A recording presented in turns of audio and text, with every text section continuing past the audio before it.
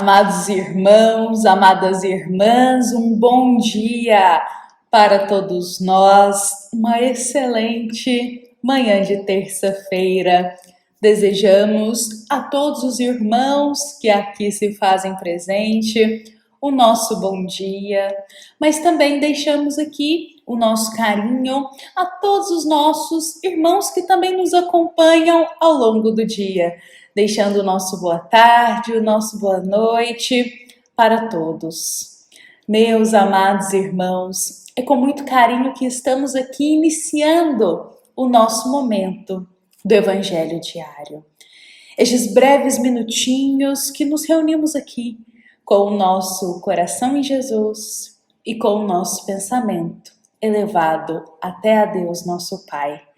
Meus amados irmãos, hoje, antes de iniciarmos aqui a sequência da história, 50 anos depois, eu gostaria de convidar a todos os irmãos para que possamos silenciar um pouco os pensamentos, silenciar um pouco as preocupações e que possamos estar aqui em um só coração. Neste momento, rogando a Jesus para que nos ampare, rogando a Jesus para que guie os nossos passos e nos proteja hoje. Pedindo humildemente ao Mestre Nazareno que ele possa nos guiar pelas páginas desta obra, 50 anos depois, conduzindo os ensinamentos que a nossa alma mais necessita. Que através da nossa reflexão de hoje, que através deste livro, Jesus possa derramar os ensinos em nosso coração. Aqueles ensinos que irão nos conduzir para cada vez mais na estrada do bem. Que assim seja, meus irmãos, e com essas palavras vamos aqui hoje iniciar a nossa reflexão do dia. Já estou aqui com a minha obra. Aonde quer que eu esteja, meus irmãos, eu carrego essa obra junto comigo. Já faz parte do meu coração este livro. Então já estou aqui com a minha obra 50 anos depois. O momento que agora nós vamos dar sequência na história, unindo com uma passagem do Evangelho segundo o Espiritismo para todos nós. E ontem, meus amados irmãos, ontem nós paramos exatamente naquele trecho da história em que Célia, ela teve ali a condição de receber ajuda de teu cunhado Caius, que a encontrou naquela situação, no meio da estrada, mas Caius fingiu que não conheceu Célia. E além de fingir que não conhecia ela, ele ainda disse que a irmã da esposa dele, ou seja, a Célia, tinha morrido há 18 dias. Então, além de receber essa negação de ajuda, Célia ficou sabendo que para a família ela realmente tinha morrido. Que a família tinha simulado que ela tinha morrido. Que situação, não é mesmo, meus irmãos? Que situação. Mas é interessante, dando continuidade aqui, que Emmanuel, na obra, ele destaca pra gente que Caius, ele tinha um coração bondoso. Só que alguns pensamentos ainda muito enrijecidos. Ou seja, ele tinha aquela gota de bondade no coração. Ele era uma pessoa boa. Só que alguns pensamentos dele ainda eram muito enrijecidos. Então ele estava naquela linha de pensamento de que a Célia jamais poderia ser perdoada por ter tido um filho e não era casada. Esse era o pensamento enrijecido dele. O que nos faz pensar que Muitas vezes nós temos também certos pensamentos endurecidos, cristalizados, uma visão ainda muito fechada e preconceituosa de muitas coisas na vida. E mesmo tendo o coração bondoso, esses pensamentos tão fechadinhos, preconceituosos, nos travam a caminhada. Nos travam a abrir os olhos e perceber as chances que Deus nos concede de atuar no caminho do bem. Sempre que Jesus afirmava assim, deixai-os, são cegos. Quando Jesus falava disso, ele não dizia da cegueira do corpo material, a cegueira da visão física, mas também Jesus dizia dessa cegueira que às vezes carregamos por ter pensamentos muito endurecidos. Pensamentos que não estão acompanhando a evolução moral, a evolução espiritual, até mesmo do nosso planeta. Então, meus amados irmãos, após tudo isso que vem acontecendo com Célia, Emmanuel, ele irá destacar para nós, lá na página 191, vou dizer aqui para todos os irmãos que estiverem com a obra e quiserem acompanhar conosco aqui a leitura desse momento, Emmanuel coloca algo importante. Ele diz que Célia, depois desses ocorridos, sentiu-se abandonada mais do que nunca. Profundo desânimo se lhe apoderou do teu espírito, sentindo que, apesar da fé, a fortaleza moral desfalecia em face de tão penoso padecimentos. Por outras palavras, Emmanuel nos diz assim, que apesar da fé que Célia carregava no coração, ela sentia profundo desânimo nesse momento, por causa de todos os ocorridos que vinham acontecendo. Que apesar de Célia ser uma alma carregada de fé, depois de passar por uma prova atrás da outra, uma situação complicada atrás da outra, ela se via em profundo desânimo. E Emmanuel coloca, a fortaleza moral de Célia estava desfalecendo. A fraqueza, meus irmãos, nos momentos de dores profundas, o desânimo, é algo que todos nós podemos experimentar. Até mesmo aquelas almas de grande fé. E mesmo que a gente sinta esse desânimo, sinta a nossa fortaleza moral e ali desfalecendo, é importante pensarmos que isso não é sinônimo de não termos fé. Porque muitos ainda acreditam que para se ter uma fé firme, uma fé construída sobre as rochas, sobre um pilar de rocha, uma fé que está ali sempre ardente, não se pode desanimar, não pode chorar, não pode sofrer. Inclusive, se sofre, se questiona, acho que eu não tenho fé. Aonde está a minha fé? Estou chorando, estou desanimado na estrada da vida, estou desanimado de realizar isso, estou desanimado de cumprir essas tarefas. Onde está a minha fé? Fato é, meus irmãos, como eu disse, por sermos ainda espíritos falíveis ainda, imperfeitos, iremos desanimar. Cada um de nós tem seu ponto fraco. Cada um de nós tem ali aonde mais lhe dói na vida, situações delicadas. Cada um de nós, eu acho que tem as suas fraquezas. E se a gente começa a enfrentar muitas provas dentro deste tema, digamos assim, das nossas fraquezas, do nosso ponto fraco, o desânimo ele chega. Mas não significa que não temos fé. Não significa que não temos o nosso coração em Jesus.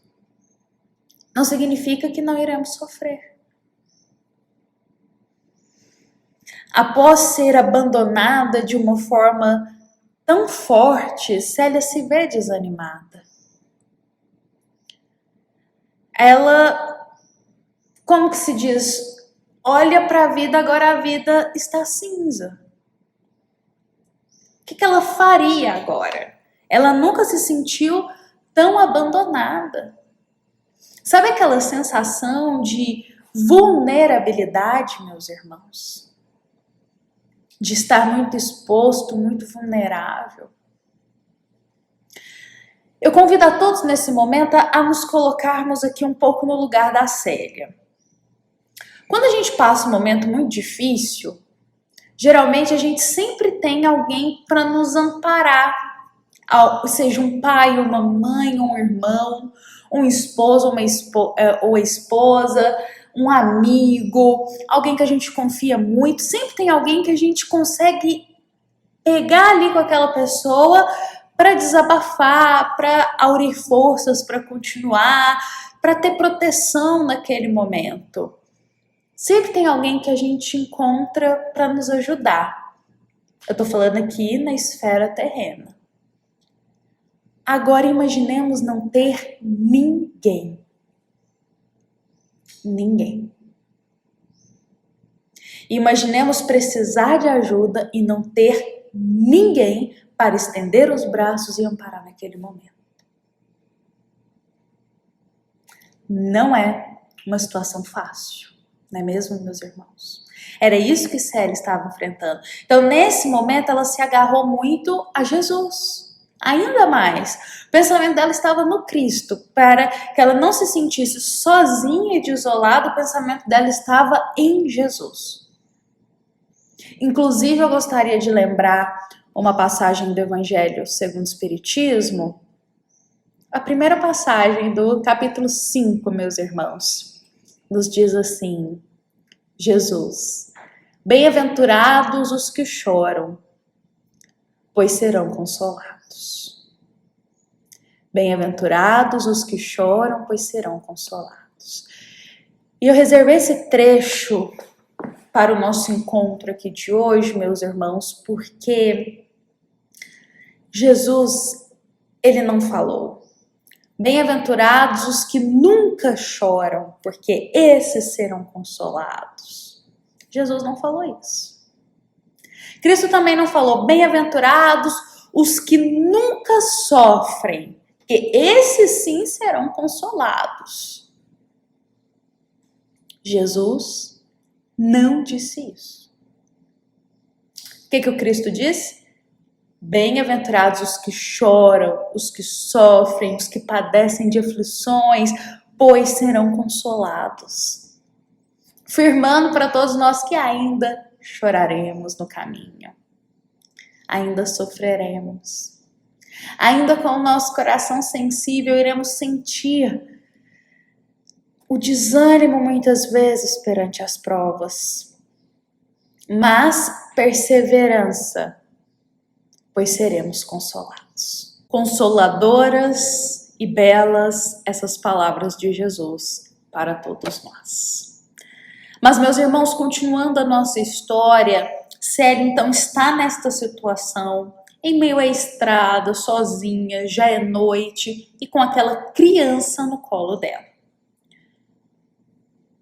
E, meus irmãos, neste momento, aparece para Célia um espírito muito querido, muito querido.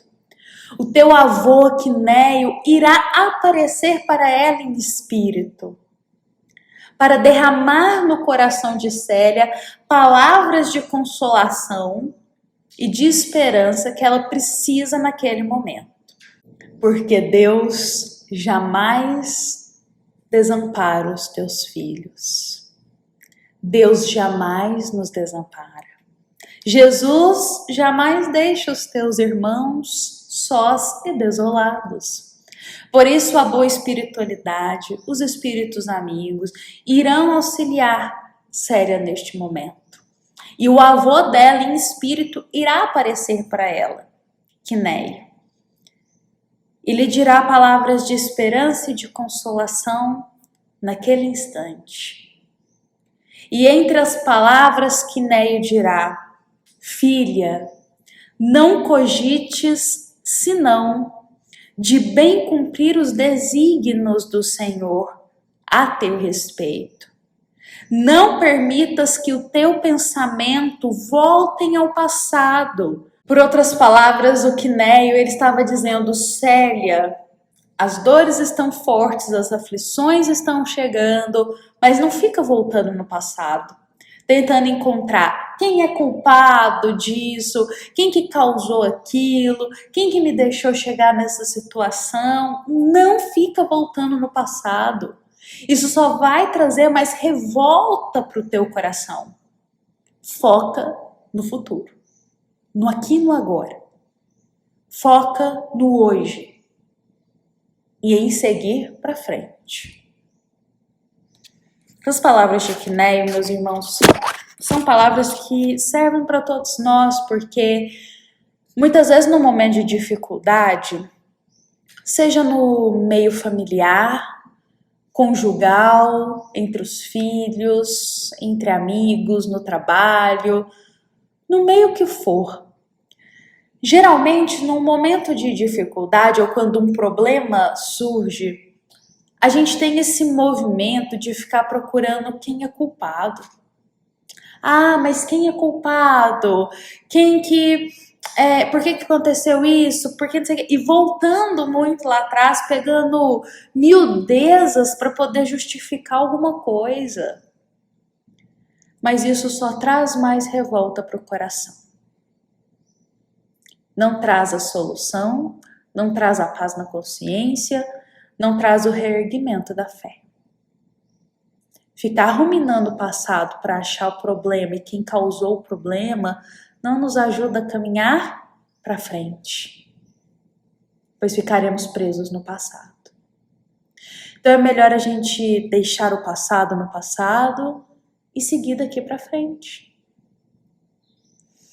O avô de Célia irá banhar ela com conselhos exatamente nesse sentido aqui que a gente está partilhando hoje. E no final ele dirá: Célia, olha para os teus braços.